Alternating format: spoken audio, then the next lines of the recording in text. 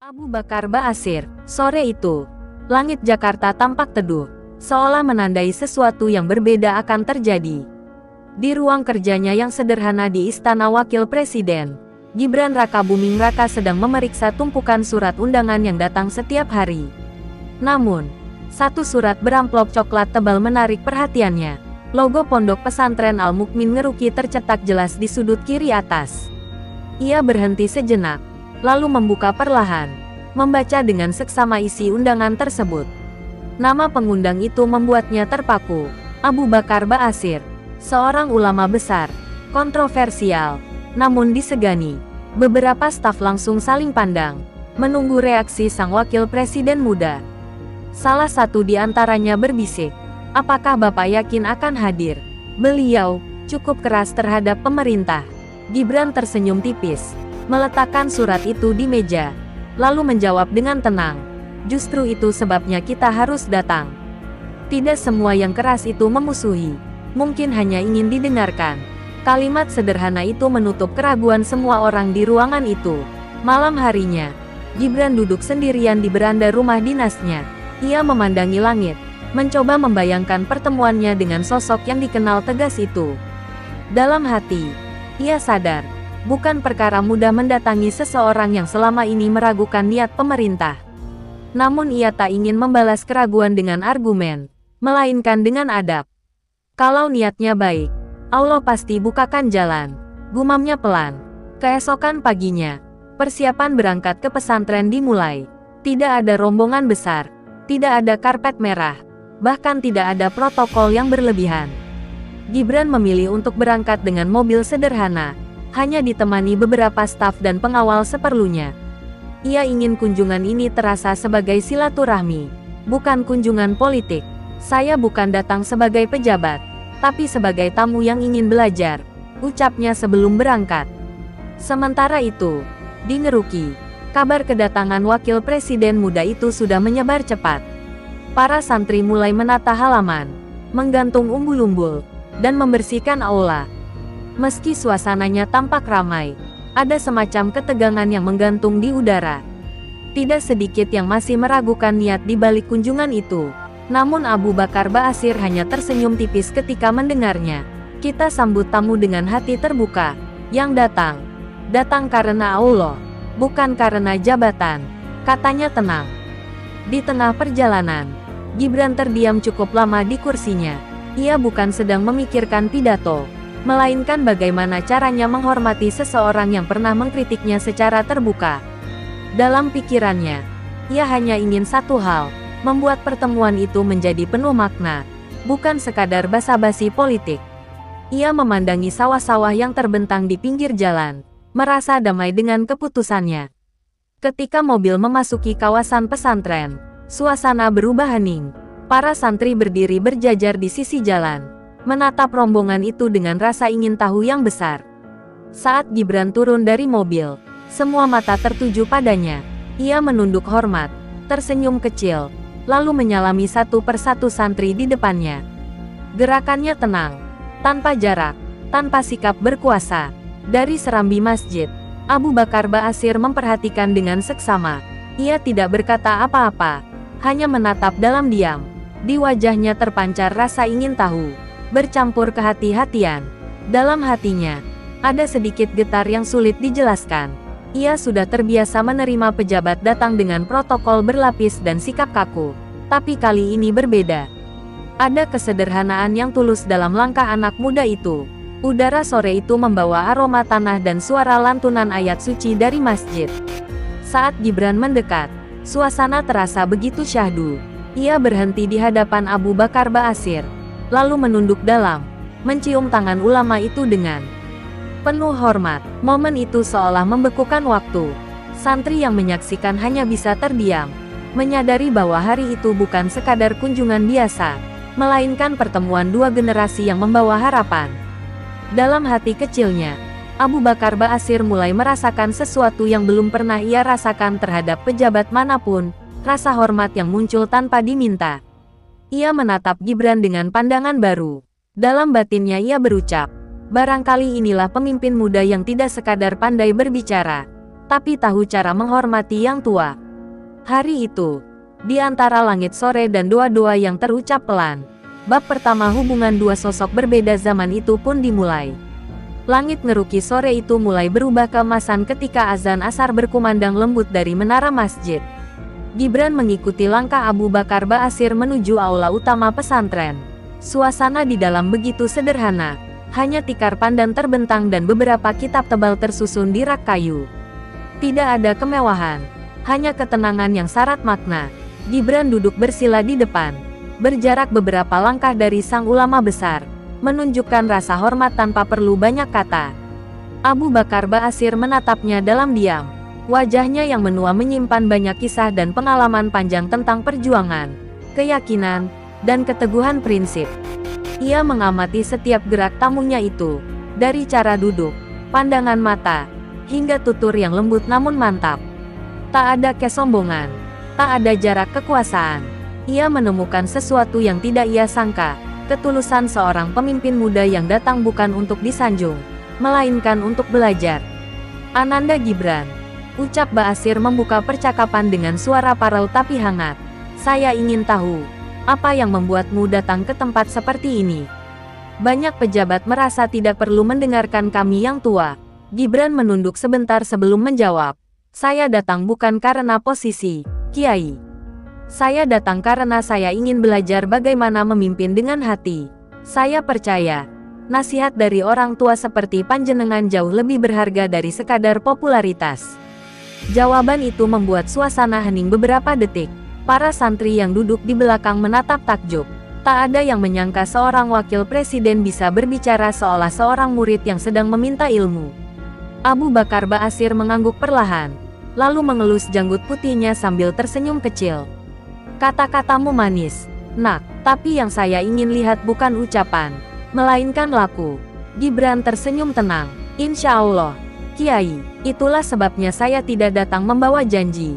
Hanya niat untuk memperbaiki yang kurang. Ia menatap mata sang ulama dengan tulus. Sorot matanya tidak menyiratkan politik, melainkan penghormatan yang mendalam. Di antara mereka, percakapan sederhana itu terasa seperti jembatan yang menyatukan dua dunia yang berbeda. Satu mewakili masa lalu yang syarat perjuangan, dan satu lagi melangkah menuju masa depan penuh tanggung jawab. Perbincangan berlanjut ringan namun bermakna. Abu Bakar Ba'asyir bertanya tentang pandangan Gibran terhadap kepemimpinan modern, tentang tantangan generasi muda, dan tentang moralitas di tengah derasnya arus globalisasi. Gibran menjawab dengan tenang dan runtut, mengutip nilai-nilai luhur yang diajarkan ayahnya, dan mengaitkannya dengan ajaran agama. Ia berbicara bukan dengan gaya pejabat, melainkan dengan nada seorang anak yang sedang berdialog dengan gurunya. Ketika Gibran berbicara tentang pentingnya adab sebelum ilmu, mata Ba'asyir tampak berkaca-kaca. Ia mengingat masa mudanya, ketika ia juga berjuang menanamkan nilai-nilai keislaman kepada generasi muda, namun sering merasa gagal karena jarak antara ulama dan penguasa. Kini, di hadapannya duduk seorang pemimpin muda yang justru menghapus jarak itu dengan sikap. Kau tahu, nak, katanya lembut, selama ini saya sering kecewa melihat pejabat yang hanya ingat kami saat kampanye. Tapi kamu datang tanpa membawa kamera, tanpa keramaian. Itu sudah cukup menunjukkan siapa dirimu sebenarnya. Senyum Gibran merekah, tapi tidak berlebihan. Saya hanya ingin membuktikan, Kiai, bahwa pemerintah tidak selalu jauh dari ulama. Kadang jarak itu tercipta karena salah paham, bukan niat buruk. Kata-kata itu disambut anggukan kecil dan senyum yang makin lebar dari sang ulama senior. Perlahan, ketegangan yang semula terasa di udara menguap begitu saja, berganti suasana kekeluargaan yang hangat. Salah satu santri maju membawa teh panas dan kurma. Gibran menyambutnya dengan terima kasih, lalu menawarkan cangkir pertama kepada Ba'asyir dengan tangan dua. Gerakannya sederhana, tapi penuh arti. Ba'asyir menerima dengan tatapan lembut, lalu menatap para santri yang memperhatikan. Lihatlah, beginilah seharusnya pemimpin muda, rendah hati. Bukan hanya di depan kamera. Ucapnya pelan namun cukup keras untuk didengar seluruh ruangan. Santri-santri tersenyum bangga, sementara Gibran menunduk dalam. Ia tidak terbiasa dipuji, namun ucapan itu terasa seperti pengakuan yang tulus. Momen itu menjadi simbol penghormatan antara generasi lama dan baru. Bukan sekadar pertemuan dua tokoh, melainkan pertemuan dua nilai, keteguhan dan kesantunan. Di luar, cahaya senja mulai meredup, menyisakan warna jingga di langit. Suara burung kembali ke sarang mengiringi perbincangan yang kini semakin akrab. Ba'asyir mulai membuka kisah perjuangannya di masa muda, tentang keyakinan, penjara, dan pengorbanan. Gibran mendengarkan tanpa menyela. Wajahnya serius namun penuh hormat. Di hatinya tumbuh kekaguman yang sulit diucapkan. Ketika percakapan berhenti sejenak, Gibran berkata pelan, "Saya berharap suatu saat nanti, para pemimpin bisa bersahabat dengan para ulama, bukan berjarak. Karena tanpa doa mereka, langkah kami tidak akan berkah." Kata-kata itu membuat Abu Bakar Ba'asyir terdiam cukup lama sebelum menjawab. "Nak, mungkin kau masih muda, tapi hatimu sudah tua." Ia tertawa kecil, disambut tawa ringan para santri. Sore itu, di antara secangkir teh dan udara pesantren yang damai, Abu Bakar Ba'asyir akhirnya mulai membuka pintu hatinya bagi seorang pemimpin muda bernama Gibran Raka Buming Raka.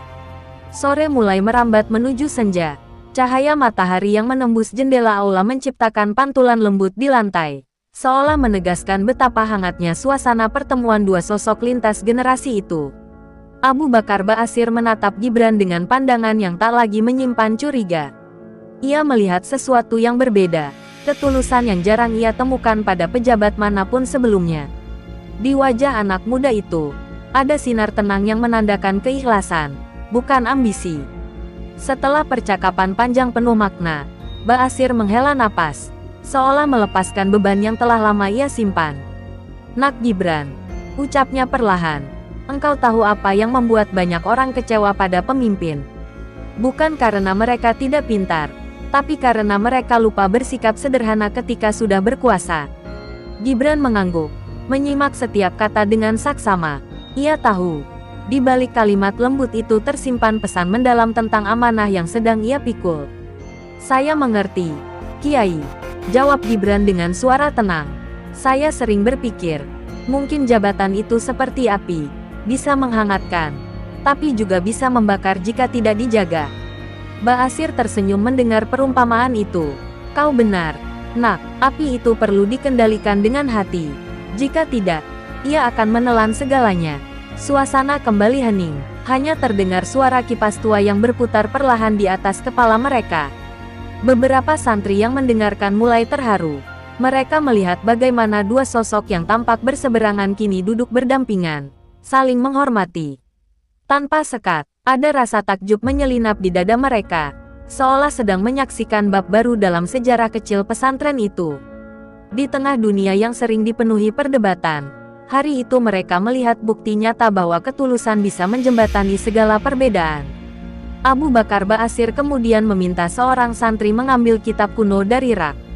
Ia membuka halaman yang mulai menguning dan membacakan sebuah hadis tentang kepemimpinan. Seorang pemimpin adalah pelindung umat, dan ia akan dimintai pertanggungjawaban atas mereka. Setelah membaca, ia menatap Gibran dalam-dalam. "Kau sudah memilih jalan yang berat, Nak. Pastikan langkahmu tetap di atas kebenaran, meski dunia memalingkan muka." Gibran menunduk, menyimpan kata-kata itu dalam hati. Ia merasa seperti sedang menerima amanah langsung dari seorang guru spiritual. Tak ada nasihat politik, tak ada strategi pemerintahan, hanya nilai-nilai kejujuran dan tanggung jawab yang tak lekang oleh zaman. Ia sadar, kunjungan ini bukan sekadar pertemuan, melainkan ujian kecil yang akan membentuk arah langkahnya ke depan. Udara sore kian dingin ketika azan maghrib terdengar dari kejauhan. Gibran berdiri, menawarkan diri untuk salat berjamaah bersama para santri. Ba'asyir mengangguk setuju, matanya menatap penuh haru. "Silakan, Nak, hari ini engkau bukan tamu. Engkau bagian dari keluarga kami." Kalimat itu terasa menenangkan, seolah pintu kepercayaan telah terbuka lebar. Di dalam masjid, Gibran berdiri di saf depan, sejajar dengan para santri. Tidak ada kursi kehormatan, tidak ada kamera, hanya ketenangan ibadah yang menyatukan semua. Dalam setiap takbir dan sujudnya, ia merasakan getaran berbeda, rasa syukur karena telah dipertemukan dengan seseorang yang mampu meneguhkan niatnya untuk memimpin dengan hati bersih. Usai salat, suasana terasa hening namun penuh makna. Abu Bakar Ba'asyir duduk di depan mihrab, memandang Gibran yang masih berzikir pelan. Dalam hatinya, ia tak lagi melihat seorang pejabat, melainkan pemuda yang membawa harapan.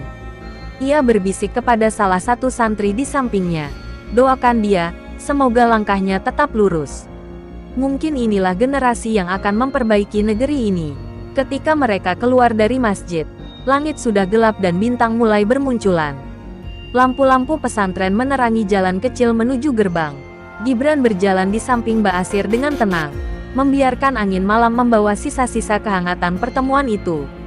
Mereka tidak banyak berbicara, tapi diam mereka terasa bermakna, seperti dua hati yang saling memahami tanpa perlu kata. Sebelum berpisah, Abu Bakar Ba'asyir menepuk bahu Gibran dengan lembut. "Anak muda," katanya lirih, "ingatlah, kekuasaan akan sirna, tapi adab akan dikenang." Gibran menatapnya dalam, lalu menunduk hormat. "Saya akan ingat itu, Kiai. Terima kasih atas pelajaran hari ini." Ba'asyir tersenyum, lalu melangkah masuk kembali ke halaman pesantren, meninggalkan jejak langkah yang penuh ketenangan. Di tengah malam yang mulai sunyi, mobil Gibran meninggalkan pesantren dengan pelan. Dari jendela, ia memandangi cahaya pesantren yang makin jauh, namun kehangatannya terasa semakin dekat di dada. Ia tahu, pertemuan hari itu bukan akhir, melainkan awal dari perubahan besar yang mungkin tak disadari siapapun. Dalam hati, ia berdoa agar semua nasihat yang ia terima tak hanya menjadi kenangan, tapi menjadi petunjuk dalam setiap keputusan yang akan ia ambil untuk negeri. Malam itu, perjalanan pulang menuju Jakarta terasa berbeda. Di dalam mobil, Gibran duduk diam, menatap keluar jendela yang menampilkan bayangan sawah dan jalan sepi diterangi cahaya bulan. Pikirannya masih tertinggal di pesantren Ngeruki, di wajah teduh Abu Bakar Ba'asyir, di kalimat-kalimat bijak yang seolah menempel di relung hatinya. Ia merasa pertemuan itu bukan sekadar silaturahmi, melainkan titik balik dalam memahami makna kepemimpinan sejati. Ada sesuatu yang menyentuh batinnya, semacam getaran yang sulit dijelaskan dengan logika, tapi begitu dalam dirasakan oleh nurani. Salah satu staf yang duduk di depan memberanikan diri berbicara, "Pak, jujur saja, kami sempat khawatir pertemuan tadi akan menegangkan. Tapi ternyata suasananya justru sangat hangat."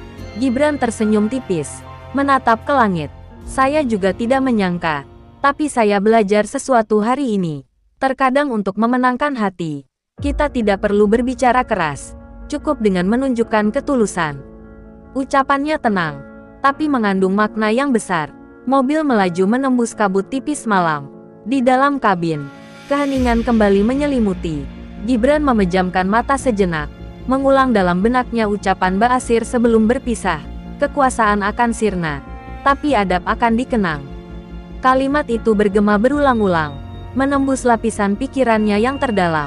Ia sadar, nasihat itu bukan hanya peringatan, tapi juga ujian yang harus ia buktikan lewat perbuatan, bukan kata-kata. Sesampainya di rumah dinas, ia langsung menuju ruang kerja. Di sana, masih tersusun laporan, agenda, dan draft kebijakan yang harus ditandatangani. Namun malam itu, ia tak langsung menyentuhnya. Ia justru membuka buku catatan kecil berwarna coklat yang selalu ia bawa kemana-mana. Di halaman pertama, ia menulis dengan tinta hitam, "Pemimpin yang besar bukan yang ditakuti, tapi yang mampu menenangkan hati orang lain." Ia menutup buku itu perlahan, seolah mengunci tekad barunya di dalam sana. Keesokan paginya, berita tentang kunjungannya ke pesantren mulai tersebar di berbagai media. Foto-fotonya bersama Abu Bakar Ba'asyir menjadi perbincangan hangat. Banyak yang memuji sikapnya, tapi tak sedikit pula yang meragukan ketulusannya. Gibran menatap layar ponselnya tanpa reaksi berlebihan. "Biar saja," katanya pada ajudannya. "Orang boleh menilai apapun, tapi yang tahu niat kita hanya Tuhan." Ucapannya mencerminkan kedewasaan yang tumbuh dari pengalaman, bukan dari kekuasaan. Sementara itu, di pesantren Ngeruki, para santri masih membicarakan momen bersejarah itu. Mereka merasa seperti menyaksikan keajaiban kecil. Seorang ulama yang dulu keras terhadap pemerintah kini tersenyum bangga menyebut nama seorang pejabat muda. Abu Bakar Ba'asyir pun terlihat lebih tenang belakangan ini. Ia bahkan pernah berkata kepada para santri, "Jangan cepat menilai seseorang. Kadang, Allah menyembunyikan pemimpin sejati di balik kesederhanaan." Kalimat itu menandai perubahan besar dalam pandangan sang ulama terhadap generasi penerus bangsa. Beberapa hari kemudian, Gibran menerima surat tulisan tangan dari pesantren itu. Surat sederhana, namun isinya menyentuh hati. Ba'asyir menulis, "Nak Gibran, teruslah berjalan dengan hati bersih. Dunia ini tak kekal, tapi amal dan keikhlasan akan abadi. Jika kau bisa menjaga keduanya, rakyat akan mengikutimu tanpa perlu diperintah." Gibran membaca surat itu berulang-ulang, merasakan kehangatan seperti nasihat seorang ayah kepada anaknya. Malam berikutnya, Gibran kembali merenung di beranda. Ia melihat bintang bertabur di langit. Lalu teringat masa kecilnya di Solo, masa di mana ia belajar menghormati orang tua dan menepati janji. Kini, semua nilai itu seolah diuji dalam skala yang lebih besar. Ia tahu, setiap langkahnya diawasi banyak mata, tapi ia bertekad untuk tidak berubah hanya karena tekanan publik. "Kalau saya kehilangan ketulusan," bisiknya pelan, "maka semua yang saya perjuangkan akan kehilangan makna." Hari-hari selanjutnya, Gibran mulai menunjukkan perubahan nyata dalam gaya kepemimpinannya. Ia lebih sering turun langsung ke lapangan, berdialog dengan masyarakat tanpa protokol rumit. Setiap kali bertemu ulama, ia selalu memulai dengan doa dan salam hormat. Banyak yang melihat sikap barunya ini sebagai refleksi dari pertemuannya dengan Abu Bakar Ba'asyir, pertemuan yang diam-diam telah menanamkan akar moral dalam cara ia memimpin. Kabar tentang hubungan baik keduanya pun sampai ke telinga tokoh-tokoh nasional. Ada yang memuji langkah itu sebagai jembatan rekonsiliasi moral antara ulama dan pemerintah. Ada pula yang menyebutnya simbol kematangan politik generasi muda. Namun bagi Gibran, semua penilaian itu tidak penting. Yang lebih penting adalah menjaga niatnya agar tidak tergeser oleh ambisi atau kepentingan duniawi. Suatu sore, saat ia hendak meninggalkan kantor, Gibran melihat seorang santri dari Ngeruki datang membawa bingkisan kecil. Isinya adalah sorban putih dan tasbih kayu, disertai secarik kertas bertuliskan pesan singkat dari Ba'asyir, "Jangan lupa berzikir ketika dunia mulai bising." Gibran menggenggam tasbih itu erat, matanya menerawang jauh. Ia tahu, perjalanan sebagai pemimpin baru saja dimulai, dan doa seorang guru tua kini menjadi cahaya yang akan menuntun langkahnya. Dalam hati, ia berjanji untuk tidak melupakan hari itu di pesantren. Hari ketika seorang ulama yang pernah meragukannya justru mengajarinya arti keikhlasan. Dan di bawah langit malam Jakarta, Gibran tersenyum pelan, yakin bahwa perubahan besar selalu dimulai dari satu hal kecil, ketulusan yang tidak pernah pudar meski dunia terus berubah. Beberapa pekan berlalu sejak pertemuan bersejarah itu, namun gema nasihat Abu Bakar Ba'asyir masih terpatri kuat di benak Gibran. Setiap kali ia menghadiri rapat atau menandatangani kebijakan, suara lembut sang ulama seolah kembali terdengar di telinganya, mengingatkan bahwa kekuasaan hanyalah titipan, bukan kebanggaan. Ia mulai menata ulang cara berpikirnya, tidak lagi sekadar berfokus pada pembangunan fisik, tetapi juga pada pembangunan moral dan adab masyarakat. Suatu pagi di Istana Wapres, Gibran menerima kunjungan beberapa tokoh muda dari berbagai daerah. Mereka membawa gagasan segar tentang pemberdayaan pesantren dan generasi santri. Gibran mendengarkan dengan penuh perhatian, sesekali menulis catatan kecil di buku yang sama tempat ia menulis kutipan Ba'asyir. "Kita tidak bisa hanya membangun gedung tanpa membangun jiwa," katanya sambil tersenyum, mengingat pelajaran yang ia terima di Ngeruki. Para tamu mengangguk, merasakan ketulusan yang nyata dari cara ia berbicara. Di sela-sela kesibukan, Gibran memutuskan untuk kembali berkunjung ke beberapa pesantren di Jawa Tengah. Ia tak mengumumkan rencana itu secara publik. Perjalanan kali ini ia lakukan dengan sederhana, tanpa iring-iringan kendaraan panjang atau liputan media. Di setiap pesantren yang ia datangi, ia menyapa para santri dengan hangat, duduk bersila bersama mereka, dan mendengarkan kisah perjuangan para ustaz yang membimbing dengan penuh kesabaran. Suasana di setiap kunjungannya terasa damai. Banyak ulama terkejut melihat sikap rendah hati seorang pejabat negara yang mau datang tanpa formalitas. Di beberapa tempat, Bahkan para kiai tua meneteskan air mata ketika Gibran mencium tangan mereka dengan penuh hormat. Anak muda ini mengingatkan saya pada masa ketika pemimpin masih menghargai doa, ujar salah satu dari mereka dengan suara bergetar. Kabar itu cepat menyebar, media mulai meliput perjalanannya. Namun Gibran menolak untuk diwawancarai panjang. Ia hanya berkata singkat, "Saya tidak sedang mencari sorotan. Saya hanya ingin bersilaturahmi." Jawaban itu membuat banyak orang semakin menghormatinya. Ia tampil bukan sebagai sosok politisi muda yang haus citra, melainkan pemimpin yang sedang berproses memahami makna pengabdian. Sementara itu, di pesantren Ngeruki, Abu Bakar Ba'asyir mendengar kabar tentang perjalanan Gibran. Ia tersenyum puas mendengarnya. "Alhamdulillah," ucapnya. Pada para santri, tampaknya nasihat itu berbuah. Jika ia terus berjalan di jalan lurus, insya Allah negeri ini akan menemukan keseimbangannya kembali. Para santri mengangguk, merasa bangga pernah menyaksikan momen yang kini menjadi inspirasi bagi banyak orang. Beberapa hari kemudian, Gibran menerima telepon pribadi dari pesantren. Suara di seberang sana milik salah satu putra Ba'asyir yang menyampaikan pesan ayahnya. Sang ulama ingin bertemu lagi. Kali ini bukan untuk memberi nasihat, tetapi untuk menyampaikan rasa terima kasih. Gibran terdiam sejenak, matanya berkaca-kaca. "Tolong sampaikan kepada beliau, saya yang berterima kasih karena sudah dianggap murid," katanya dengan nada lembut. Pertemuan kedua itu pun akhirnya direncanakan. Kali ini, suasananya jauh lebih akrab. Gibran tiba tanpa pengawalan ketat, disambut dengan pelukan hangat dari Ba'asyir yang kini tampak lebih sehat dan bersemangat. "Nak, dulu saya banyak salah menilai. Ternyata masih ada pemimpin muda yang tahu cara menundukkan kepala," ujarnya sambil menepuk bahu Gibran. Kalimat itu mengandung makna dalam, sebuah pengakuan dari seorang ulama yang telah melewati berbagai zaman. Mereka berbincang lama tentang masa depan Indonesia. Ba'asyir berbicara tentang pentingnya persatuan, sementara Gibran menjelaskan gagasan kolaborasi antara pesantren dan pemerintah dalam bidang ekonomi umat. Keduanya tampak saling melengkapi. Satu membawa kebijaksanaan spiritual, satu membawa semangat inovasi muda. Di tengah percakapan itu, Ba'asyir berkata lirih, "Jika ilmu dan iman bersatu, maka bangsa ini takkan mudah goyah." Gibran mengangguk, merasa kalimat itu layak diukir di hatinya.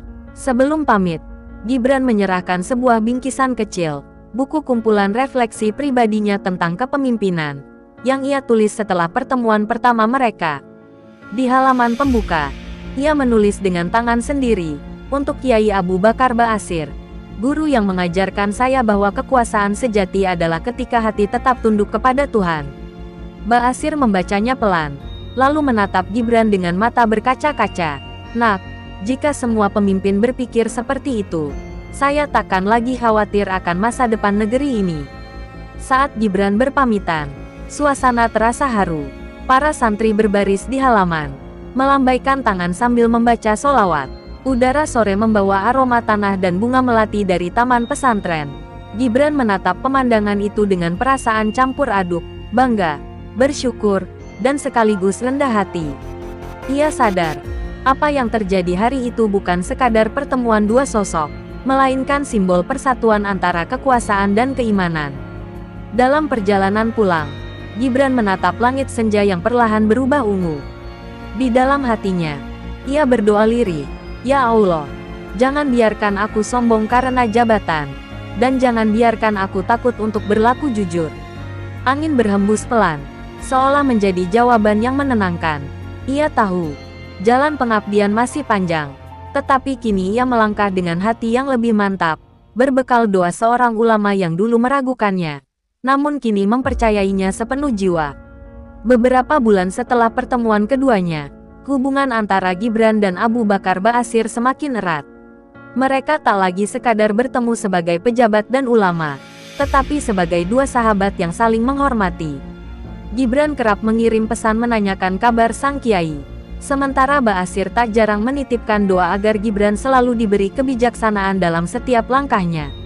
Hubungan spiritual itu menjadi benih perubahan yang tak disadari mulai menular ke lingkaran pemerintahan. Suatu malam, Gibran mengadakan pertemuan tertutup di Istana Wakil Presiden. Hadir di sana beberapa menteri muda, tokoh agama, dan perwakilan pesantren. Ia membuka pembicaraan dengan tenang. Kita sudah terlalu lama memisahkan antara moral dan kebijakan. Sudah saatnya dua hal itu berjalan beriringan. Kalimat itu menggema di ruangan. Tak banyak yang berani berbicara, tapi semua merasakan bahwa arah baru sedang dibuka. Sebuah sinergi antara pemerintahan dan nilai spiritual bangsa. Dari rapat itu lahirlah sebuah gagasan besar, program Gerakan Adab Nusantara. Sebuah inisiatif nasional untuk menanamkan kembali nilai-nilai kesopanan, tanggung jawab, dan keteladanan di kalangan generasi muda. Gibran ingin menjadikan pesantren bukan sekadar tempat menimba ilmu agama, tapi juga pusat pembentukan karakter pemimpin masa depan. Ia mengajak banyak tokoh agama untuk bergabung, termasuk Ba'asyir sebagai penasehat kehormatan. Ketika mendengar undangan itu, Ba'asyir terdiam lama. Ia tersenyum kecil dan berkata pada para santri, "Dulu saya ragu dengan anak muda itu, tapi lihatlah, ia membawa api kebaikan yang menyala dari hati." Dengan suara bergetar, ia menerima tawaran itu. Bagi Ba'asyir, ini bukan sekadar kehormatan, tetapi pertanda bahwa perbedaan pandangan tak menghalangi niat baik untuk membangun negeri.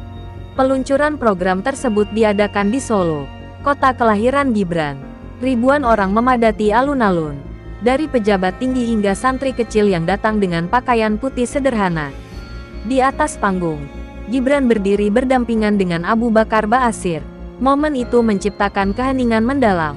Dua generasi, dua latar belakang, dua jalan hidup, bersatu dalam satu panggilan, memperbaiki bangsa lewat adab. Dalam pidatonya, Gibran berbicara dengan nada tegas namun lembut. Kita bisa berbeda dalam cara berpikir, tapi jangan pernah berbeda dalam niat untuk berbuat baik. Saya belajar bahwa kekuatan sejati seorang pemimpin bukan dari jabatan, melainkan dari kesediaan untuk belajar dari siapapun. Ucapan itu disambut tepuk tangan panjang. Kamera-kamera menyorot wajah Ba'asyir yang menunduk haru, sementara beberapa santri meneteskan air mata bangga. Setelah acara itu, publik ramai membicarakan keakraban mereka. Media menulis judul-judul besar tentang rekonsiliasi moral bangsa. Namun Gibran tak ingin larut dalam sorotan. Ia tahu, perjalanan memperbaiki hati manusia tak bisa selesai hanya dengan pidato. Ia terus mengunjungi pesantren, menghadiri diskusi keagamaan, dan berbicara tentang pentingnya pemimpin yang berakar pada nilai. Di balik layar, ia juga mulai menata gaya kepemimpinan di lingkaran pemerintahannya. Setiap rapat dimulai dengan refleksi singkat tentang etika pelayanan publik. Ia menegur dengan lembut para pejabat yang bersikap arogan, dan memberi contoh lewat tindakan kecil, menyapa petugas kebersihan, menunda acara demi menunaikan salat tepat waktu, atau mendengarkan keluhan rakyat tanpa protokol rumit. Ba'asyir memantau semua itu dari kejauhan. Dalam beberapa kesempatan, ia menulis surat tangan yang dikirim langsung ke istana. Salah satu isi suratnya berbunyi, "Nak, teruslah berbuat baik meski tidak semua orang paham. Keikhlasanmu akan menjadi saksi di hadapan Tuhan, bukan sorotan dunia." Surat itu disimpan Gibran di laci kerjanya dan sering ia baca saat rasa lelah melanda. Suatu sore, Gibran kembali berkunjung ke Ngeruki, kali ini tanpa agenda resmi. Ia datang hanya untuk bersilaturahmi. Ba'asyir menyambut dengan senyum lembut. Mereka berbincang di teras sederhana, ditemani teh hangat dan suara santri mengaji di kejauhan. "Nak," ujar sang kiai pelan, "aku tahu perjalananmu tidak mudah. Tapi percayalah, selama engkau menjadikan kejujuran sebagai pakaian, engkau tak akan kehilangan arah." Gibran menatapnya dengan penuh hormat, menyadari bahwa setiap kata yang diucapkan Ba'asyir adalah nasihat berharga. Sebelum berpamitan, Gibran mencium tangan sang ulama seperti biasa. Namun kali ini, Ba'asyir menggenggam tangannya erat dan berkata lirih, "Suatu hari nanti, engkau akan diuji lebih berat dari ini. Saat itu datang, ingatlah, kekuatanmu bukan di kursi kekuasaan, tapi di hati yang tetap tunduk."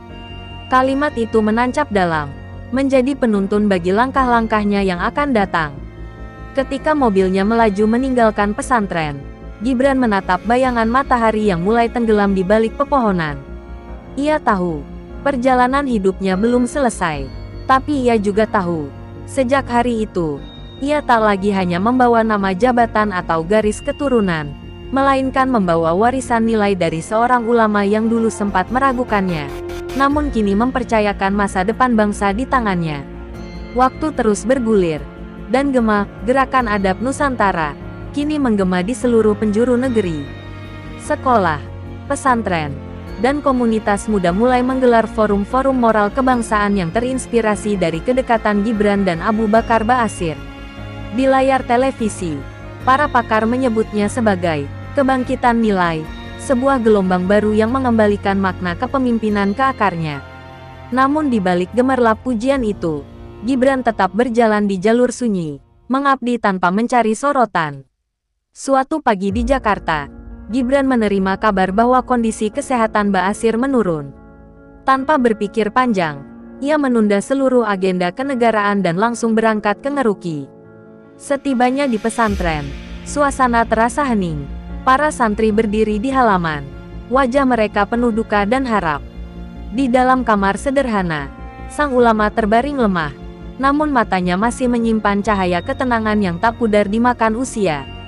Gibran mendekat pelan, menunduk, lalu mencium tangan Ba'asyir seperti seorang anak kepada ayahnya. "Kiai, saya datang," bisiknya lirih. Ba'asyir membuka mata perlahan, menatap wajah muda itu dengan senyum lembut. "Nak Gibran," suaranya bergetar halus, "aku sudah tidak sekuat dulu, tapi aku tenang melihat engkau menjaga amanah itu." Udara di ruangan seolah berhenti sejenak. Keheningan itu berbicara lebih banyak daripada kata-kata. Dalam perbincangan singkat itu, Ba'asyir berbagi pesan terakhirnya. "Ketika engkau nanti diuji oleh dunia, jangan takut kehilangan apapun kecuali kejujuran. Karena jabatan bisa berganti, tapi kejujuran adalah warisan yang tidak bisa digantikan." Gibran menunduk, menahan air mata yang hampir jatuh. Ia menggenggam tangan sang guru erat, merasakan betapa hangatnya kasih seorang ulama yang dahulu skeptis, kini sepenuhnya percaya. Beberapa hari kemudian, kondisi Ba'asyir kian melemah. Santri dan masyarakat berdatangan mendoakan. Gibran datang lagi, kali ini tanpa rombongan. Ia duduk di serambi pesantren, mendengar lantunan ayat suci yang dibaca para santri. Dalam hati, ia berdoa agar Tuhan memberi sang guru ketenangan di setiap helaan napas terakhirnya. Malam itu, Gibran memilih tidur di pesantren, bukan sebagai pejabat, tapi sebagai murid yang setia menunggu restu terakhir gurunya. Menjelang subuh, kabar duka itu akhirnya datang. Abu Bakar Ba'asyir berpulang dengan damai. Gibran berdiri di tepi ranjang, menatap tubuh sang ulama yang kini terbungkus kain putih. Air matanya jatuh tanpa suara. "Terima kasih, Kiai, atas setiap doa, nasihat, dan keyakinan," ucapnya perlahan. Ia mencium kening sang guru untuk terakhir kali. Dalam diam itu, Gibran merasa seolah sebagian jiwanya ikut pergi bersama doa-doa yang mengantar Ba'asyir ke keabadian. Pemakaman dilakukan sederhana, sesuai wasiat Ba'asyir. Ribuan orang datang, dari tokoh agama hingga rakyat biasa. Di tengah lautan manusia itu, Gibran berdiri menunduk dalam, mengenakan pakaian putih polos tanpa atribut jabatan.